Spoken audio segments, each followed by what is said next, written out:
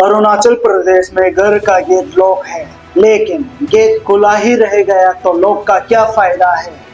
नमस्ते मेरे प्यारे दोस्तों, मेरा नाम है हैमोन लेलन और आज हम बात करेंगे ILP यानी इनर लाइट परमिट की। एक ऐसा सिस्टम जो अरुणाचल प्रदेश के इंडिजिनियस पीपल, कल्चर, जमीन को प्रोटेक्शन के लिए बनाया गया था। पर सवाल ये है कि अगर सिस्टम में लूपहोल हो, करप्शन हो और इलीगल मूवमेंट होता रहे तो प्रोटेक्शन कितनी इफेक्टिव है। रूल बोलता है ILP लेके आओ, कुछ लोग बोलता है ILP वो क्या होता है भाई।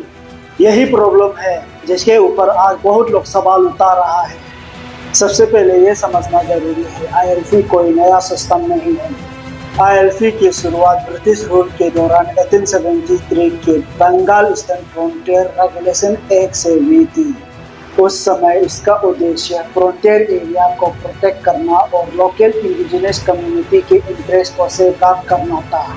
इंडिपेंडेंस के बाद भी अरुणाचल प्रदेश में ILP सिस्टम जारी रखा गया ताकि local tribes traditional land right, culture और आइडेंटिटी को प्रोटेक्ट किया जा सके, इलीगल माइग्रेशन को मेंटेन किया जा सके, डेमोग्राफिक बैलेंस को मेंटेन किया जा सके। साथ ही ये नेशनल सिक्योरिटी के लिए भी इम्पोर्टेंट है क्योंकि ये एक सेंसिटिव इंटरनेशनल बॉर्डर स्टेट है। ILP सिर्फ एक परमिट नहीं है, ये अरुणाचल प्रदेश की पहचान और आइडेंटिटी की सुरक्षा का एक हिस्टोरिकल सील है। Why people are concerned about the ILP? कुछ ऑर्गेनाइजेशन और लोकल ग्रुप का मानना है कि ग्राउंड लेवल पर ILP चेकिंग इतनी स्ट्रिक्ट नहीं है जितनी होनी चाहिए। उनका कहना है कि इलीगल मूवमेंट और परमिट वायलेशन का केस मिलता रहता है। इसी कंसर्न को लेकर एसटी बचाओ आंदोलन ने रेडी प्रोटेस्ट बंद कॉल का सहारा लिया। जब कानून कागज पर मजबूत हो और इम्प्लीमेंटेशन कमजोर हो तब लोग सड़क पे उतरते हैं। लोगों का कहना है ILP सिर्फ एक पेपर ना बने बल्कि एक इफेक्टिव प्रोटेक्शन सिस्टम बने। सोचिए, स्कूल में अटेंडेंस रजिस्टर हो लेकिन कोई अटेंडेंस ही चेक ना करे तो रजिस्टर का क्या फायदा। वैसे ही अगर परमिट सिस्टम हो तो और मॉनिटरिंग वीक हो तो ऑब्जेक्टिव अचीव करना मुश्किल हो जाता है। परमिट सिस्टम कुछ जगह पर ऐसा लगता है जैसे एग्जाम हॉल में इन्विजिलेटर ही छुट्टी पर हो।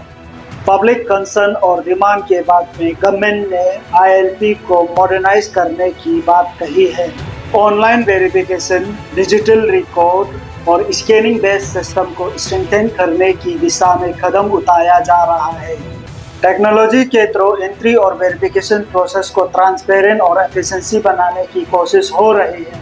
सिस्टम जब डिजिटल होता है तो अकाउंटेबिलिटी भी मजबूत हो जाता है। एसटी बचाओ आंदोलन के टीम को सम्मान और धन्यवाद देते हैं जिन्होंने ILP इम्प्लीमेंटेशन पर जन जागरूकता बढ़ाने के लिए आवाज उठाया है। हिस्ट्री उन लोगों को याद रखती है जो सिर्फ अपने लिए नहीं बल्कि अपने आने वाले पीढ़ियों के लिए खड़े होते हैं।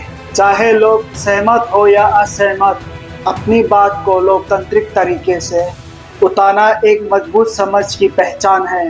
ये याद रखना ILP का मुद्दा किसी व्यक्ति या समुदाय के खिलाफ नहीं है, ये अरुणाचल प्रदेश के फ्यूचर को प्रिजर्व करने का मुद्दा है।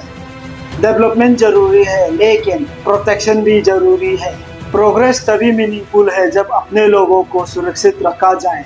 हमेशा याद रखना, स्ट्रॉन्ग लॉ से ज़्यादा इम्पोर्टेंट है स्ट्रॉन्ग इम्प्लीमेंटेशन। अरुणाचल प्रदेश सिर्फ एक स्टेट नहीं, एक हेरिटेज है।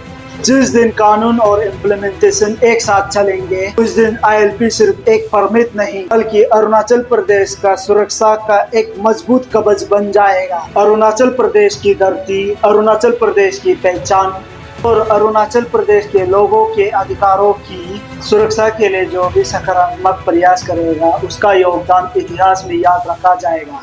आपका ILP सिस्टम पर क्या विचार है, कमेंट करके जरूर बताइए। जय हिंद, जय अरुणाचल प्रदेश। फिर मिलते हैं।